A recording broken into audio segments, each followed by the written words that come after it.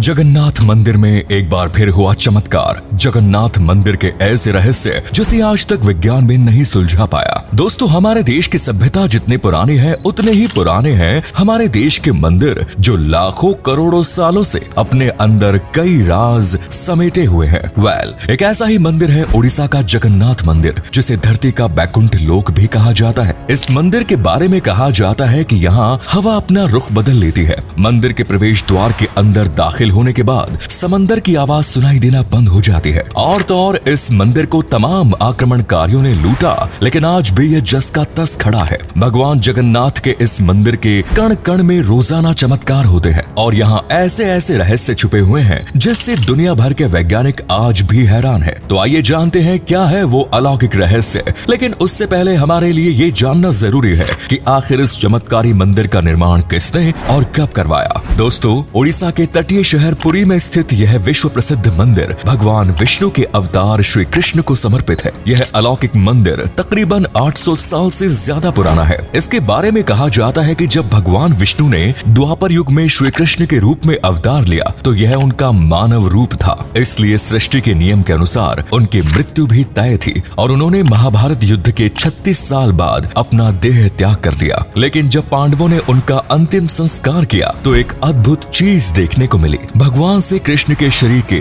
एक हिस्से को छोड़कर उनका पूरा देह पंच तत्व में विलीन हो गया। यह हिस्सा था भगवान श्री कृष्ण का हृदय, यानी कि दिल, जो कि किसी जिंदा इंसान के दिल की तरह धड़क रहा था। तभी वहाँ एक आकाशवाणी हुई कि यह ब्रह्मा का हृदय है, इसे समंदर में प्रवाहित कर दें। और पांडवों ने श्री कृष्ण के हृदय को समुद्र में प्रवाहित कर दिया। कहा जाता है कि जंगल में प्रवाहित श्री कृष्ण के हृदय ने एक लट्ठे का रूप ले लिया और पानी में बहते बहते उड़ीसा के समुद्र तक पहुंच गया। दोस्तों, उस दौर में राजा इंद्रद्युम्न भगवान जगन्नाथ के बहुत बड़े भक्त थे। उनके सपने में आकर श्री कृष्ण ने उन्हें समंदर में तैर रहे अपने लट्ठे रूपी आकार के बारे में बताया। सुबह जागते ही राजा इंद्रद्युम्न भगवान श्री कृष्ण की बताई हुई जगह पर पहुंचे और उन्हें वो लट्ठ वहीं पर दिखाई दिया, जिसके बाद उन्होंने लट्ठे को जगन्नाथ जी की मूर्ति के भीतर स्थापित कर दिया। दोस्तों, मान्यता है कि भगवान विष्णु का हृदय आज भी भगवान जगन्नाथ की काठ की मूर्ति के अंदर स्थापित है और बिल्कुल आम इंसान की तरह धड़क रहा है, जिसके रहस्य से कोई भी पर्दा नहीं उठा पाया। भगवान जगन्नाथ की मूर्ति को हर 12 साल में बदला जाता है। इसे दक्षिण में नव कलेवर और पूर्ण जन के नाम से जाना जाता है। हैरत अंगेज बात तो ये है कि जब भी ये रस्म निभाई जाती है तो उस पूरे शहर की बिजली काट दी जाती है। मंदिर के परिसर को सीआरपीएफ की सेना द्वारा घेर लिया जाता है। इस दौरान पुजारी की आंखों पर पट्टी बांधी जाती है। मंदिर के भीतर घोर अंधकार के बीच पुजारी उस पदार्थ को पुरानी मूर्ति से निकालकर नई मूर्ति में स्थापित कर देता है और इसी कृष्ण हृदय को ब्रह्म पदार्थ कहा जाता है। दोस्तों, भगवान विष्णु का यह धड़कता हुआ असली दिल जगन्नाथ मंदिर के अनकहे रहस्यों का मात्र एक पहलू नहीं है। इसके अलावा इस मंदिर में ऐसी कई चमत्कारिक बातें जुड़ी हुई हैं जो वाकई आपका दिमाग घुमा देंगी, जैसे कि हवा से विपरीत लहराता जगन्नाथ मंदिर का ध्वज। जी हाँ, आमतौर पर दिन के समय हवा समुद्र से धरती की तरफ चलती है और शाम को धरती से समंदर की तरफ, लेकिन भगवान जगन्नाथ मंदिर के ऊपर लहराता हुआ ये ध्वज खुद से रहस्य का एक बहुत बड़ा सवाल है। यह ध्वज हमेशा हवा के विपरीत दिशा में लहराता है, यानी कि अगर हवा पूरब से पश्चिम की ओर बह रही है तो ये ध्वज पश्चिम से पूरब को लहराएगा। वहीं अगर हवा पश्चिम से पूरब की ओर बह रही है तो ये ध्वज पूरब से पश्चिम की तरफ लहराएगा।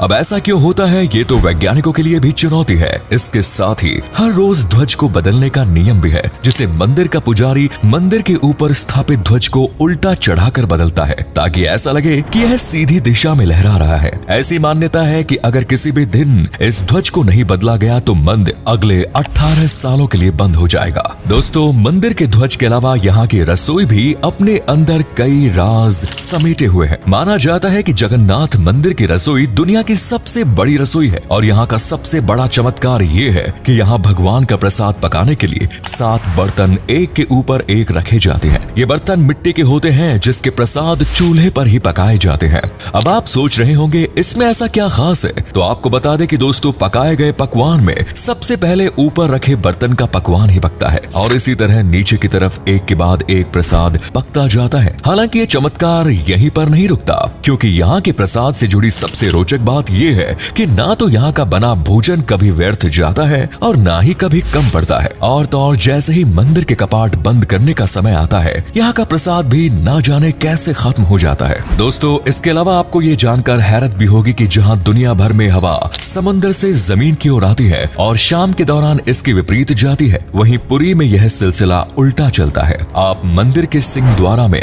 जैसे ही पहला कदम रखेंगे, आपको समुद्र से उठने वाली किसी भी तरह की ध्वनि नहीं सुनाई देगी, परंतु जैसे ही आप बाहर कदम रखेंगे, आपको समुद्र की आवाज साफ साफ सुनाई देगी। इसी तरह मंदिर के बाहर एक स्वर्ग द्वार है जहाँ पर मोक्ष प्राप्ति के लिए सबका अंतिम संस्कार किया जाता है। लेकिन जब आप मंदिर से बाहर निकलेंगे, तभी आपको लाशों के जलने की गंध महसूस होगी, वरना भगवान जगन्नाथ के चरणों में रहकर इसका अनुभव कर पाना किसी के बस की बात नहीं।